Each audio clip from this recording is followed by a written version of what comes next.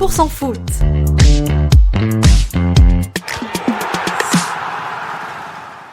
Et bienvenue à vous, amis ruténois et Aveyronnais. J'ai le plaisir de recevoir dans les studios de RTR Aymeric Darbelay, entraîneur adjoint du Rodez Aveyron Football en Ligue 2. Bienvenue à vous et merci d'avoir accepté l'invitation. Merci. On va revenir ensemble sur votre parcours de joueur et d'entraîneur jusqu'à Rodez, mais pas seulement. Qui se cache derrière la casquette de l'entraîneur adjoint du RAF ? 100% foot, spécial Aymeric Darbelay. C'est parti. Alors, vous êtes né le 4 août 1973 à Moulins dans l'Allier, c'est bien ça ? Ouais. Parfaitement. Vous avez une belle carrière en tant que joueur professionnel dans les années 90, début 2000. On peut noter des équipes comme Rennes, Le Mans, Amiens, Ajaccio, Niort, Clermont Foot. On est bon pour l'instant, ouais, c'est ça ? Ouais, il y en a beaucoup. Hein. Ouais, vous avez une longue carrière, à peu près 300 matchs au niveau professionnel. 400. Wow, 400 matchs encore plus. Vous avez fait une carrière donc assez riche. D'ailleurs, quel style de joueur vous étiez ? J'étais offensif, côté gauche. J'ai fini un peu plus près de l'attaquant, donc un peu plus axial sur la fin de carrière. J'étais, si on pouvait comparer aujourd'hui, je serais un mix entre l'ailier qui existait à Auxerre à l'époque et aujourd'hui les milieux ou les excentrés qui rentrent beaucoup. Ouais. Je me positionnais un peu entre ces deux styles. Voilà. D'accord. Est-ce que vous voyez une différence entre le football d'avant, vous en tant que joueur, et le football d'aujourd'hui, par exemple ? Vous avez les deux casquettes, vous étiez joueur avant, est-ce que ça a évolué un petit peu par rapport à maintenant ? Déjà au niveau athlétique, les joueurs ont énormément changé. Ça a vraiment évolué. Après, faire des comparaisons, je trouve, j'aime pas. D'accord. Chaque style, chaque époque a son joueur, a sa façon de faire. Voilà, donc oui, ce qui a changé, c'est qu'aujourd'hui les joueurs déjà ont énormément d'infos par rapport à ce que nous on avait. Donc j'aurais tendance à dire que la culture foot, peut-être des gens de notre époque, était un peu plus fine. Voilà, parce que on était obligé de faire en fonction de données empiriques, de ce qu'on avait vu, de ce qu'on connaissait, et analyser très vite ce que pouvait nous proposer l'adversaire. Et puis il y avait aussi le fait que nous, à notre époque, on était pour beaucoup des joueurs de rue, on jouait dans la rue avec les copains, après l'école, avant l'école, les jours où il n'y avait pas école, et qu'aujourd'hui, ça existe beaucoup moins. Voilà. Mais au niveau athlétique, je pense qu'il n'y a aucune comparaison possible. Où aujourd'hui, il y a beaucoup de machines sur le terrain. Ouais. Niveau palmarès quand même, vous avez une finale de Coupe de France en 2001 avec Amiens. Bon, malheureusement, vous avez perdu au tir au but. Mais dites-moi ailleurs cette expérience, ça fait quoi de jouer au Stade de France, une Coupe de France ? La vérité, je me rappelle pas. D'accord. Vous avez, ça vous... Je n'ai, et c'est un vrai, c'est un vrai regret que j'ai aujourd'hui, c'est que je n'ai aucun souvenir et aucune sensation. J'ai pas d'émotion par rapport à ce match-là. Voilà. Je me rappelle uniquement de mon arrivée au stade, de chercher les gens de ma famille qui étaient venus au stade. Je me rappelle de ce que j'ai dit au groupe avant le match, et après c'est le flou total. Je me rappelle pas, par exemple, de la Marseillaise. Je me rappelle pas d'avoir serré la main à Jacques Chirac, au président, quand il descend. C'est quand même une belle expérience, malgré tout, malgré que vous n'êtes pas rappelé. C'est quand même sur le. Mais je me rappelle de tout ce qu'on a fait avant. Je me rappelle du parcours pour y arriver, qui reste exceptionnel. Le match en lui-même, non, je sais pas. J'ai pas de souvenir. Et est-ce que vous vous rappelez de votre titre de champion de France avec Ajaccio en Ligue 2 ? Ah, dites-moi, parlez-moi un petit peu plus. En fait, c'est pour l'anecdote, je dois signer à Amiens juste après cette finale de Coupe de France. Je dois signer à Amiens et mon coach de l'époque, Denis Troche, qui était mon voisin. Voilà, il habitait à 50 mètres de chez moi. Et on tombe d'accord tous les deux en fait sur le contrat, sur le gros du contrat. Voilà, il me restait à rencontrer mon président. Sauf que mon président m'a jamais appelé pendant les vacances. Et un jour, j'ai mon agent qui m'appelle et qui m'annonce que Roland Courbis va prendre l'AC Ajaccio et qui veut me recruter. Le célèbre Roland Courbis que tout le monde connaît. Ouais. Et donc, Roland Courbis, je suis en vacances, et Roland m'appelle, il doit être minuit, un soir. Et je suis à deux doigts de lui raccrocher au nez parce que recevoir un coup de téléphone de quelqu'un à minuit qui vous annonce que je suis un coach, c'est pas très... Et au bout d'un moment, je me rends compte que finalement, la voix correspond beaucoup à celui que j'entendais à la télé. Voilà, ou à la radio. Et on discute et en fait on tombe d'accord en 2 jours.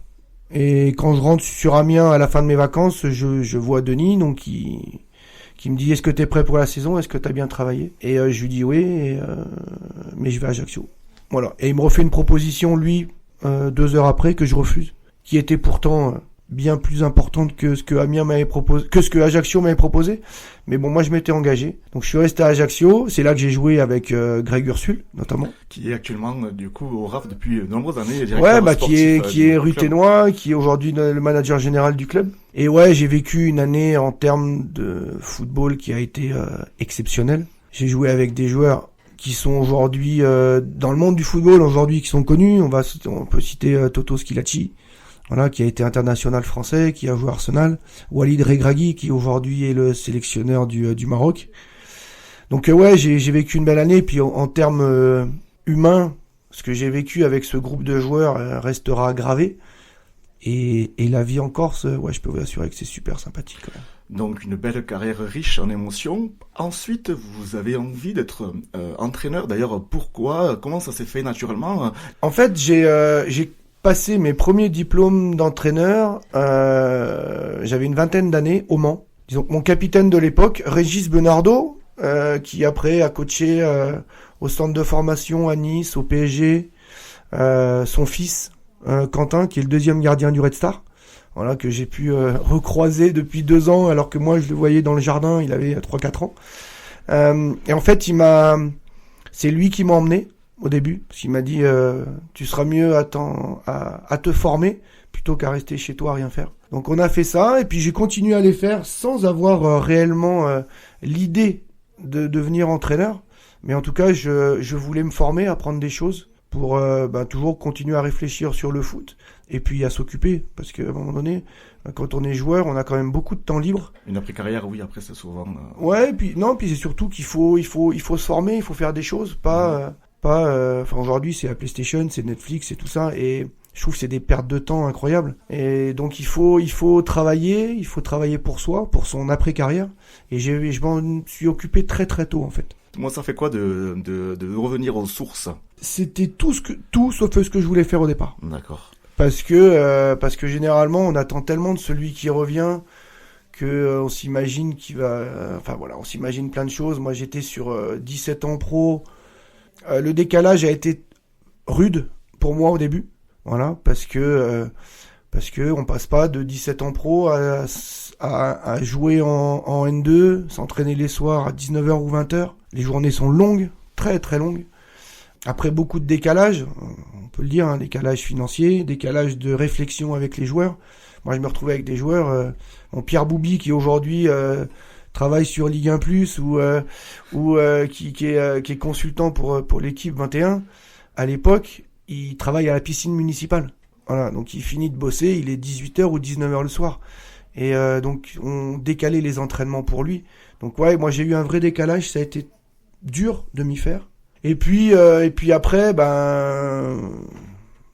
la vie est différente, on construit et on prépare son avenir. Donc après, les attentes qu'on a en termes de foot sont aussi différentes.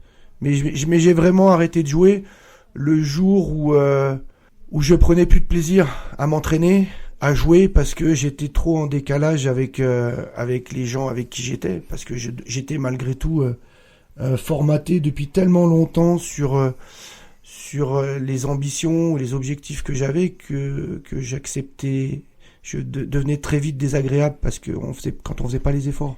Voilà. On va revenir un petit peu plus dans le temps avec votre arrivée à Rodez. Donc, moi j'aimerais savoir vos premiers contacts avec Laurent Peyrelade, comment ça s'est passé. Je crois que vous avez joué ensemble. On a joué ensemble au Mans. Voilà, on a joué ensemble au Mans. Je suis un des premiers à être à la maternité quand son fils Alex est né, donc ça m'a fait aussi très bizarre de revenir ici et de voir Alex. En fait, on se retrouve à l'époque du Covid. Moi, à l'époque, j'entraînais à Fontenay-le-Comte en Vendée. Et donc, à le Covid, je rentre chez moi. J'avais dit au président que de toute façon, je ne voulais plus continuer, donc j'allais être à la recherche d'un club. Et paradoxalement, les 2 mois de Covid ont été des mois où j'ai été énormément sollicité par des clubs. J'ai eu des propositions de plusieurs clubs amateurs et j'ai eu 2 clubs pro et Rodez. Mais ça s'est fait par la liaison que j'avais avec Laurent par rapport au Mans qui lui cherchait un adjoint. Et donc il m'a appelé. Le club avait avait des prérogatives, une sorte de fiche de poste pour sur ce qu'il souhaitait de l'entraîneur adjoint. Et en fait, je remplissais beaucoup de cases. Est-ce que je les remplissais toutes? J'en sais rien. Mais en tout cas, j'en remplissais beaucoup. Donc on a eu une longue conversation avec Laurent. Et Rodez vous a fait confiance, finalement. Mais en fait, on en a discuté. On a discuté longtemps. Je suis venu après. Donc j'ai demandé mon petit papier pour pouvoir me déplacer. Il faut aussi se rappeler de toute cette période-là qui était délicate. Et je suis venu à Rodez, donc j'ai discuté avec Laurent. J'ai fait la connaissance du staff de l'époque. Il y avait Thomas Frette et David Magnaval, qui était l'entraîneur des gardiens. Et après, je suis allé voir le président. J'ai discuté avec le président. Il y avait Greg Ursule, déjà. Et on a discuté et j'ai attendu quelques semaines leur appel. Et ils m'ont répondu favorablement. Ouais. Vous avez une particularité, c'est que vous avez le 8 novembre, Laurent Peyrelade de cette année-là a été démis de ses fonctions. Et racontez-moi cette expérience de premier entraîneur principal à Saint-Etienne notamment. C'est quand même des beaux souvenirs, Saint-Etienne? Oui. Je peux pas le nier.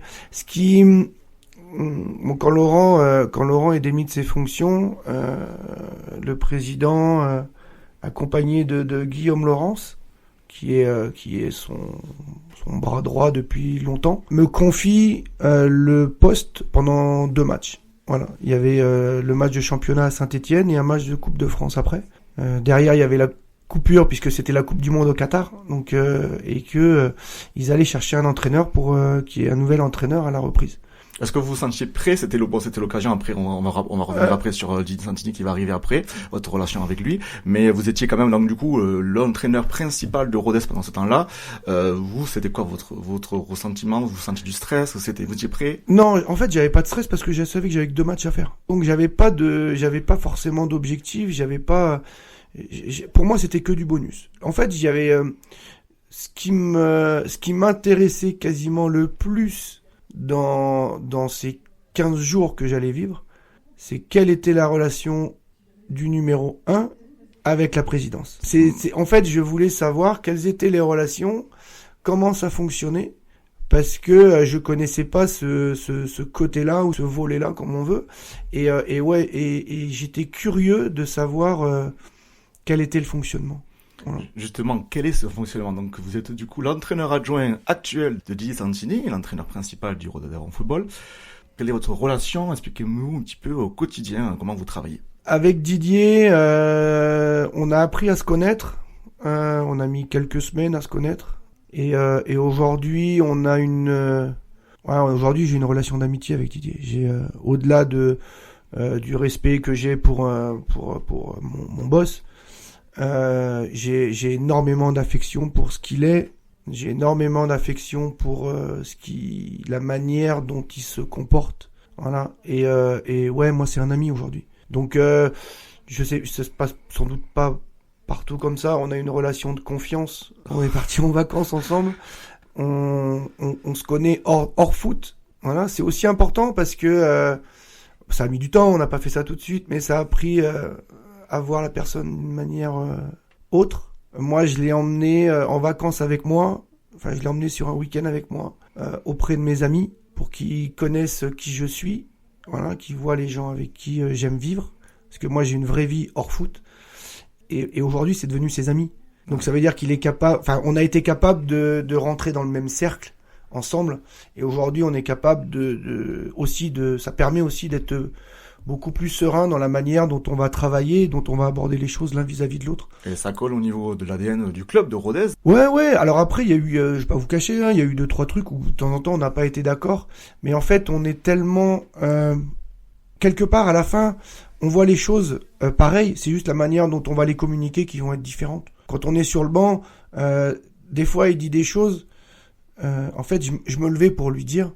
Ou des fois, il va pour parler et je dis la chose juste avant lui. Et on en sourit souvent parce que ouais, il y a une connexion qui est forte. Et après, c'est pour moi un vrai confort de travail parce qu'il me laisse faire énormément de choses. Est-ce que vous direz que du coup cette relation particulière, c'est aujourd'hui un plus pour le club et également notre relation par rapport à vous et Didier Santini et les joueurs, du coup c'est une force pour vous? Est-ce que c'est une force pour le club? Je sais pas. Est-ce que c'est une force pour Didier et moi? Sûrement. Parce que aujourd'hui, on a chacun notre rôle. Il a défini des rôles pour chacun. C'est aussi ça qui est important. Malgré tout, c'est lui qui, à un moment donné, définit ce qu'on doit faire et comment on doit faire. Mais il m'a laissé tellement de liberté. Aujourd'hui, je fais ce que j'aime, en fait. Vous avez quand même une casquette de technicien au niveau vidéo, c'est ça? Ouais, en fait, on a un analyste vidéo, Nabil Idaoui, à qui je demande énormément de travail, et qui passe énormément de temps. Parce que c'est important aujourd'hui dans le football moderne, c'est primordial. Par rapport à vous, la différence par rapport à vous, quand vous avez connu le joueur, là, il y a vraiment une différence. Aujourd'hui, c'est quelque chose de primordial. Et c'est quelque chose qui est très chronophage de regarder de la vidéo. Et ça prend beaucoup de temps. Entre regarder les matchs, les analyser, les monter, ça prend énormément de temps. Et je suis très exigeant avec le pauvre Nabil, qui est un peu mon souffre-douleur de temps en temps. Voilà. Mais aujourd'hui, on regarde avec Nabil 3 ou 4 matchs chacun de notre côté. Après, on les monte ensemble. Mais lui passe énormément de temps. Enfin, aujourd'hui, comme vous voyez les analyses que vous voyez à la télé, Nabil, il me fait les mêmes. Et il nous fait gagner beaucoup de temps. Et moi, il me fait gagner beaucoup de temps sur la manière d'aborder les matchs. Ouais. Justement, en parlant de ça, vous avez vu l'évolution du club de Rodez. Dites-nous un mot, du coup, sur cette évolution. Rodez, ça fait 7 ans que Rodez Aveyron Football est en Ligue 2. Parlez-nous de votre ressentiment sur cette situation-là. Moi, je débute ma 6e année. Quand je suis arrivé, il y avait Laurent, qui était entraîneur numéro 1. Principal. Moi, j'étais adjoint. Thomas Frette était préparateur physique. On n'avait pas d'analyste vidéo. On n'avait pas un deuxième adjoint. Et l'entraîneur des gardiens était à mi-temps. Voilà, intervenait parce que David Magnaval travaillait à la Bosch à l'époque. Aujourd'hui, le club nous a permis de grandir avec en termes de staff, voilà, où on est plus nombreux. En termes d'installation, où on a des locaux qui sont aussi plus grands. Ouais, les choses avancent beaucoup. Alors quand on est là depuis de nombreuses années, on s'en rend compte. Des fois, quand les mecs arrivent, ils disent que par rapport à certains clubs, on n'a pas tout. Mais quand on voit d'où le Rodez où on était, voilà, faut pas oublier qu'il y a 7 ans, le club il était en N2. J'étais là. En national, il y a 9 ans, il était en CFA. N2, donc voilà, le club est encore jeune en Ligue 2 et il avance. On voit Paul Lignon, l'évolution est importante. Alors bien sûr, on aimerait des fois que ça aille un peu plus vite, mais il faut faire en fonction de l'argent et le nerf de la guerre aussi. Et à l'échelle de ce qu'on peut faire. Voilà, c'est aussi ça. Ouais. Parce que l'argent est le nerf de la guerre. Hein. Donc du coup, c'est vrai que Rodez aussi a pas les moyens illimités comme d'autres clubs et en Ligue 2 se structure de plus en plus. Donc est-ce qu'au quotidien, ça peut être une force ou une faiblesse, le fait faut trouver d'autres solutions? En fait, c'est quand tu le sais, tu fais avec. C'est juste ça en fait. Faut pas. On sait qu'on sera jamais Saint-Étienne, on n'aura jamais leur budget, on n'aura jamais leur stade, on n'aura jamais 40 000 personnes au stade. Voilà, ça ça tu le sais. Donc tu sais que tu n'auras pas leurs joueurs. Donc après, c'est qu'est-ce que tu fais? D'accord. Comment tu fonctionnes? Aujourd'hui, on sait que depuis 2 ans, le club vend beaucoup de joueurs. Mais on est obligé, pour pérenniser le club, pour continuer à bien vivre et à se structurer et à se donner plus de moyens. Mais quand tu le sais, c'est pas grave en fait. Alors je ne veux pas dire qu'il n'y a pas des jours où tu te dis ça serait mieux si. Mais quand tu le sais, tu fais avec ce que tu as et tu fais avec ce que tu peux avoir. On va parler du coup de votre rapport aussi aux supporters, et donc notamment on a Liliane, qui est supportrice du RAF. Elle a 2 questions à vous poser. Bonjour, quel est votre meilleur souvenir au RAF? Pouvez-vous me donner une petite anecdote? Mon meilleur souvenir... Alors mon meilleur... Je vais en mettre 2. Je vais en mettre 2. Parce que... je vais en mettre 2, ouais. Mon match en tant que numéro 1 à Saint-Étienne. Voilà, parce que ça reste quelque chose de... Bon, c'est très égoïste, hein, mais c'est un truc qui, au niveau personnel, a été jouissif, si on peut le dire. Parce que j'ai été coach pro pour un match, sur un match professionnel à Saint-Étienne, et on a gagné. Donc parfait, quoi. Ouais, c'est parfait. J'ai fait la causerie que je voulais faire. Il y en a certains qui m'en parlent encore, voilà, de cette causerie. Donc voilà. Et après, je dirais le match de barrage contre le PFC. Parce que en plus, au-delà du match, des émotions, de la saison qu'on venait de faire, ce jour-là, justement, moi j'ai vécu un truc avec Didier que je revivrai peut-être jamais. Voilà, ce que j'ai vécu avec lui ce jour-là, et notamment sur la séance de penalty ou de préparation des penalty.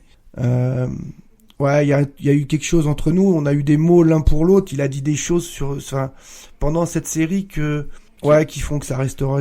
Ça fait partie de mes meilleurs souvenirs. Mais pour les supporters, je pense que voilà, c'est aussi un des moments importants. Mais je pense que j'aurais mis ça même si on avait perdu en fait. C'est toute la dramaturgie, tout le scénario du match qui a fait que toute l'intensité, et il y a eu tout dans ce match la communion qu'il y a eu avec les gens, l'énergie, il y avait une énergie folle dans le stade.